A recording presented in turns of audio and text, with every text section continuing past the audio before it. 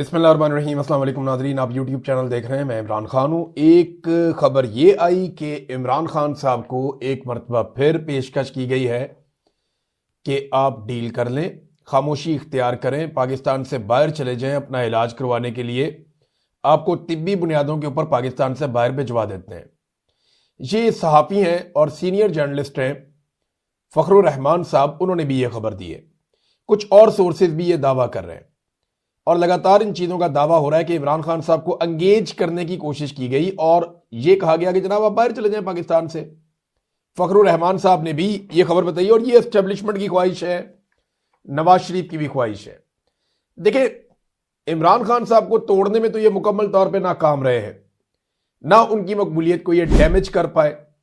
अब अगर कोई रेमेडी मिल सकती है या अगर नवाज शरीफ को या आसिम मुनीर को कोई फेस सेविंग मिल सकती है तो वो यही हो सकती है कि जैसे नवाज शरीफ पाकिस्तान से इलाज करवाने के बहाने पाकिस्तान से बाहर इंग्लैंड चले गए थे, वैसे ही इमरान खान साहब भी इलाज करवाने के बहाने पाकिस्तान से बाहर किसी और मुल्क में चले जाएं। इमरान खान साहब इस बात में नहीं मानते और मुबैना तौर पर उन्होंने एक मरतबा फिर यही कहा कि एब्सोल्युटली नॉट, कि भाई मैं नहीं मानता, मैंने कोई डील नहीं करनी और मुझे कोई डील आपसे नहीं चाहिए। तो ये बार बार डील जाती क्यों है इमरान खान के पास? कभी अमेरिका से बंदे बुला के इमरान खान के पास भेजते हैं, कभी कहीं और से बंदे बुला के इमरान खान के पास भेजते हैं, कभी उसको बराह रास्त डील देते हैं, कभी गिरफ्तारी से पहले उसको डील ऑफर करते हैं, कभी गिरफ्तारी के बाद उसको डील ऑफर करते हैं। और अब हाल ही में एक नई डील का भी इंकशाफ हो रहा है और ये 2-3 सोर्सेज ने यह दावा किया कि इमरान खान साहब को फिर डील दी गई और उन्होंने कहा जी मैं नहीं करता, उन्होंने इनकार कर दिया। वो कहते हैं मैंने नवाज शरीफ नहीं बनना। देखिए, नवाज शरीफ की जान कैसे छूटती है। नवाज शरीफ के ऊपर जो सबसे बड़ा इल्जाम लगा ना वो ये है कि नवाज शरीफ अपने प्लेटलेट्स गिरा के बीमारी का बहाना बनाकर पाकिस्तान से बाहर भाग गए और फिर जब वो पाकिस्तान वापस आए तो वो तब तक अपनी डील मुकम्मल कर चुके थे। तो वो 4 हफ्ते का कहकर गए थे और 4 साल गुजार कर नवाज शरीफ साहब पाकिस्तान वापस आए और 50 रुपए के स्टाम्प पेपर के ऊपर पाकिस्तान से वो बाहर गए थे। अब ये इतना बड़ा एलिगेशन है, इतनी बड़ी तौहीन और इतनी बड़ी बेइज्जती है किसी सियासी लीडर की कि जब तक के इमरान खान साहब इतना बड़ा कोई काम नहीं करेंगे तब तक नवाज शरीफ साहब की जान नहीं छूटती। तो अब उन्हें लगता है कि हम बार बार ऑफर करें तो शायद किसी जगह पे जाके इमरान खान साहब मान जाएं। अगर इस खबर को देखें तो फिर तो यही वो ख्वाहिश है उनकी कि कुछ ना कुछ करके इमरान खान साहब को इस पे मना लें। आज मुबैना तौर पे ये भी खबर रिपोर्ट हुई है, मुख्तलिफ लोगों ने रिपोर्ट किया और ये दावा किया जा रहा है कि शहबाज शरीफ की मुलाकात होगी महमूद खान अचकजई से। तो वज़ीर आज़म शहबाज शरीफ है और एक तरफ महमूद खान अचकजई है, इनके बीच में मुलाकात हो सकती है और इमरान खान के हवाले से तो जरूर गुफ्तगू होगी। देखिए, शहबाज शरीफ इस वक्त क्यों एंगेज कर रहे हैं? जब भी कभी कोई पाकिस्तान तहरीक इंसाफ या अपोजिशन एहतजाज की सियासत कर रही होती है तो फौरी तौर पे हुकूमत एंगेजमेंट शुरू कर देती है। उससे 2 चीजें होती हैं। एक ये होता है कि एहतजाज का मोमेंटम टूटता है, यानी लोगों को ये लगता है कि जनाब ये तो मुज़ाकरात चल रहे हैं, कोई ना कोई हल वैसे ही निकल आएगा तो हमें निकलकर जोर लगाने की क्या जरूरत है। एक वो ये परसेप्शन बनाते हैं, तो इससे एहतजाज का मोमेंटम तोड़ने में थोड़ी सी मदद मिलती है।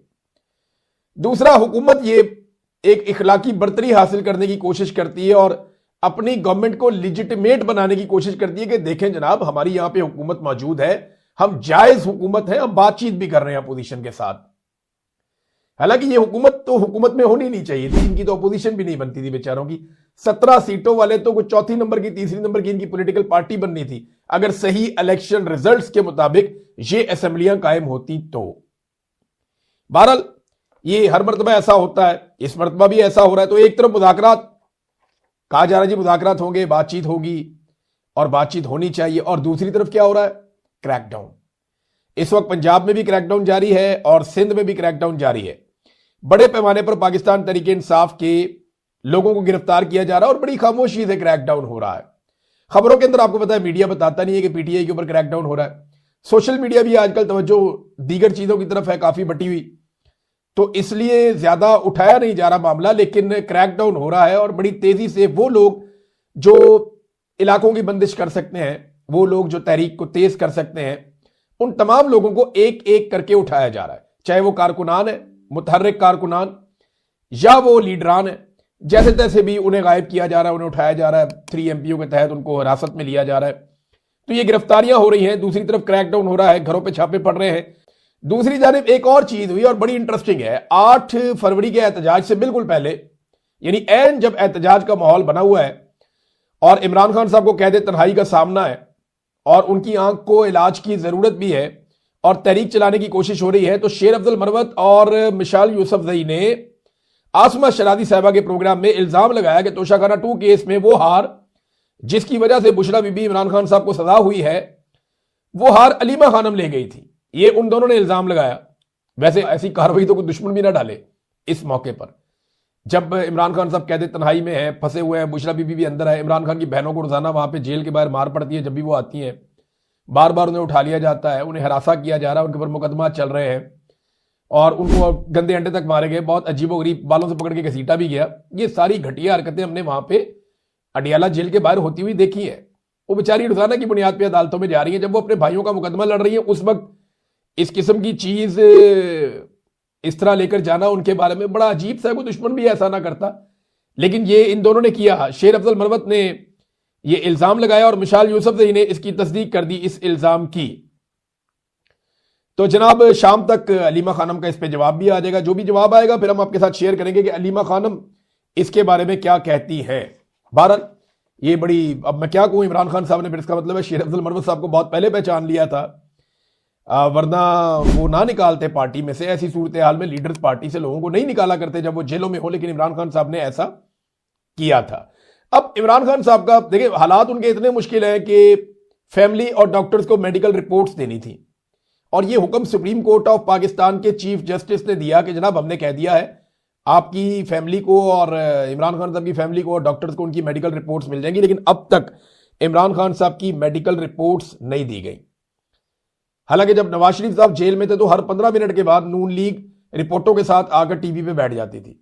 हर 15 मिनट के बाद उनको नई रिपोर्ट मिलती थी कि प्लेटलेट्स इतने कम हो गए और इतने कम हो गए और इतने कम हो गए। अगर नवाज शरीफ को कहीं इमरान खान साहब पाकिस्तान से बाहर ना भिजवाते ना तो प्लेटलेट्स माइनस में चले जाने थे उनके। मुझे तो ऐसा लगता था कि अगले 2-4-5 घंटे में 0 हो जाएंगे और उसके बाद माइनस में चल पड़ेंगे। जिस रफ्तार से नवाज शरीफ साहब के प्लेटलेट्स को मैनेज किया जा रहा था, और PMLN जो है वो हर 15 मिनट के बाद हाथ के अंदर एक रिपोर्ट लेके बैठी होती थी कि जनाब ये एक और रिपोर्ट आ गई है।